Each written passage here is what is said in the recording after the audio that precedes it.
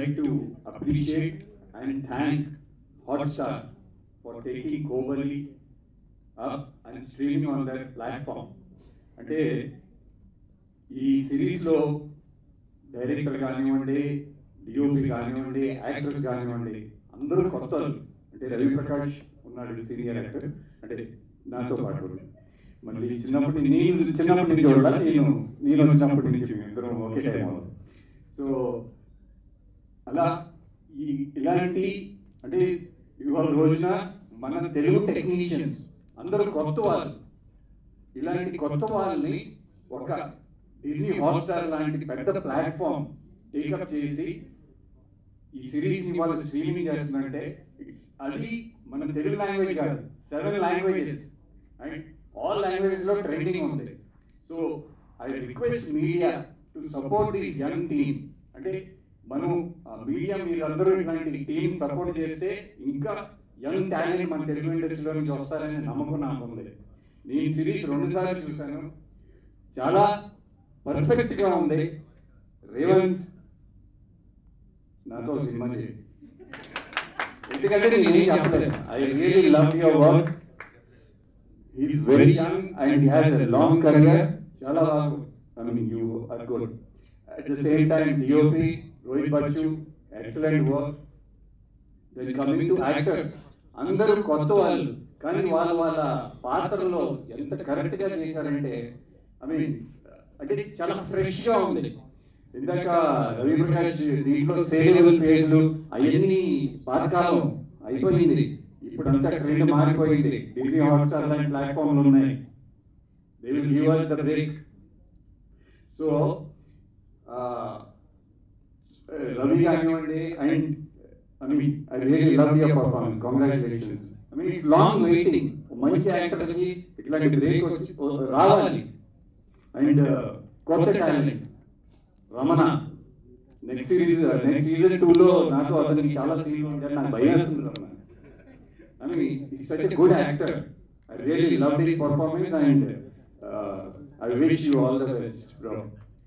అలాగే అంటే అందరి కొత్త వాళ్ళని నమ్మి ఈ ప్రాజెక్ట్ ని ముందుకు తీసుకెళ్లిన ప్రొడ్యూసర్ జోకి, రాజశేఖర్ గారికి, మిగతా ప్రొడ్యూసర్ అందరికీ I mean I congratulations and wish you all good luck.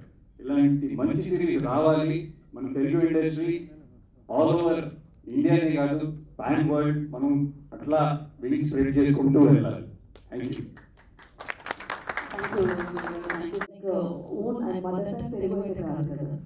అంటే మా డాడ్ ఈజ్ ఫ్రమ్ హర్యానా, మా మమ్మీ వరంగల్ ఉంది. అదే అంత బాగా కుదిరింది కాబట్టి అడుగుతున్నాను. Like mother tongue Telugu. How is your response of story first వినగానే మీ క్యారెక్టరైజేషన్ కి వాట్ వాస్? అంటే నాకు ఫస్ట్ స్టోరీ చెప్పినప్పుడు నేను ఆ క్యారెక్టర్ కి చాలా అటాచ్ అయిపోయాను అనమాట. చాలా బాగుంది, చాలా చేయొచ్చు. I was like happy. All the very best.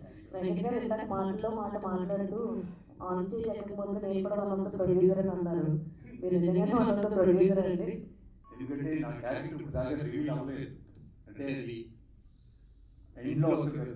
అందరికీ దీన్ని ఎందుకు ప్రమోట్ చేస్తున్నాను అనేది ఒక క్వశ్చన్ ఉంటుంది కదా. సో ఇంకా జో అండ్ రాకీ నా ఫ్యామిలీ అయిపోయాడు. సో నేను ప్రొడ్యూసర్ అని చెప్పి. Ravi garu, this is Sarath from Telugu అండి.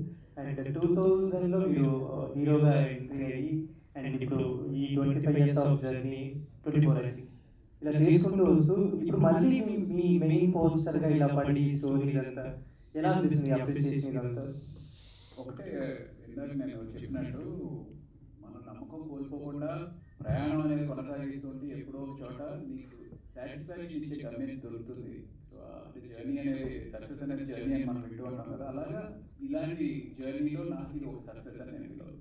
అండ్ చాలా మంది ఈ మధ్య ఆర్టిస్టులు ఇంటర్వ్యూస్లో వాళ్ళు అంటే ఒక పాన్ ఇండియా సినిమాకి వెళ్దామా డేట్స్ ప్రాబ్లం అయిపోతుంది, చిన్న సినిమా చేద్దామా ఎప్పుడు రిలీజ్ అవుతుందో తెలియదు, ఇలా ఒక థింకింగ్ ఎక్కువ స్టార్ట్ అయింది కదా. సో మీ ఐడియా అంటే ఇప్పుడు చేసేటప్పుడు కానీ in the process of doing films మీకు ఎలాంటి రోల్స్ మీరు ప్రిఫర్ చేద్దాం అనుకుంటున్నారు?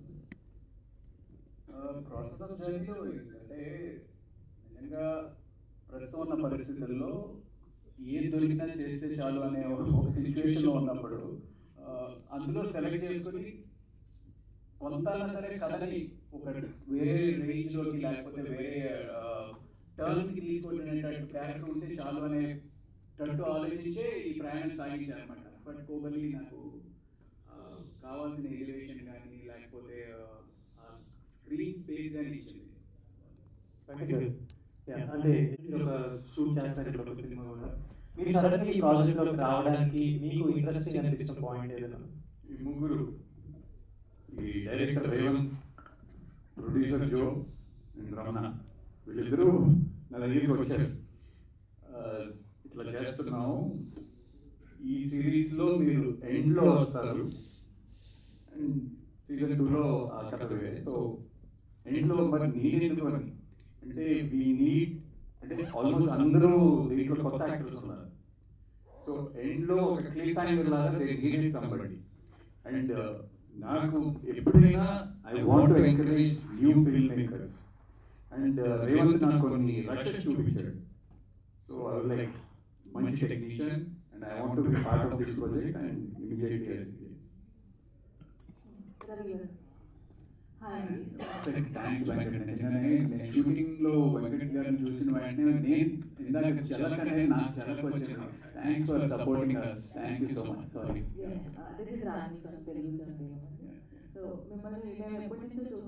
చిన్నప్పటి నుంచి స్కూల్లో మీరు స్కూల్లో చదువుకున్నప్పటి నుంచి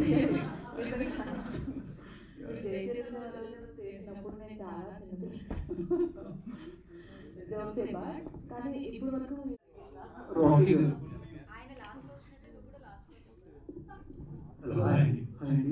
మీరు ఇంతకుముందు చేసిన క్యారెక్టర్స్, సైడ్ క్యారెక్టర్స్ దాని అంత గుర్తింపు రాలేదు.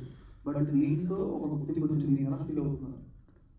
అంటే నేను ఏ క్యారెక్టర్ కూడా చిన్నగా అనుకోను.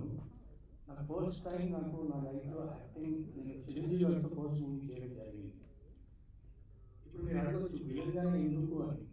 అయితే ఆ మూవీలో నేను చిరంజీవి గారితో స్క్రీన్ షేర్ చేయడం, ఆయనతో ఆ స్పేస్ షేర్ చేయడం నాకు చాలా అంటే వెరీ పవర్ఫుల్ జరిగింది. అక్కడ నేను ఫిక్స్ అయిపోయాను.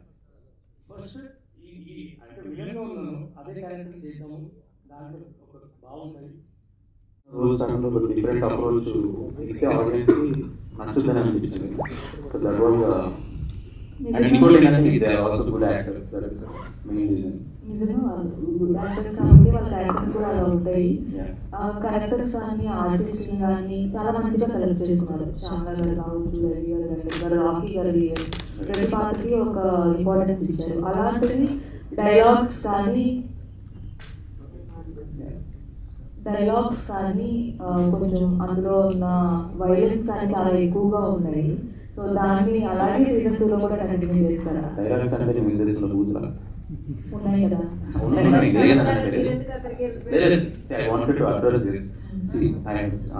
నాకు అంటే basically I don't know whether 18+ చూసే విధంగా ఉంది కదా.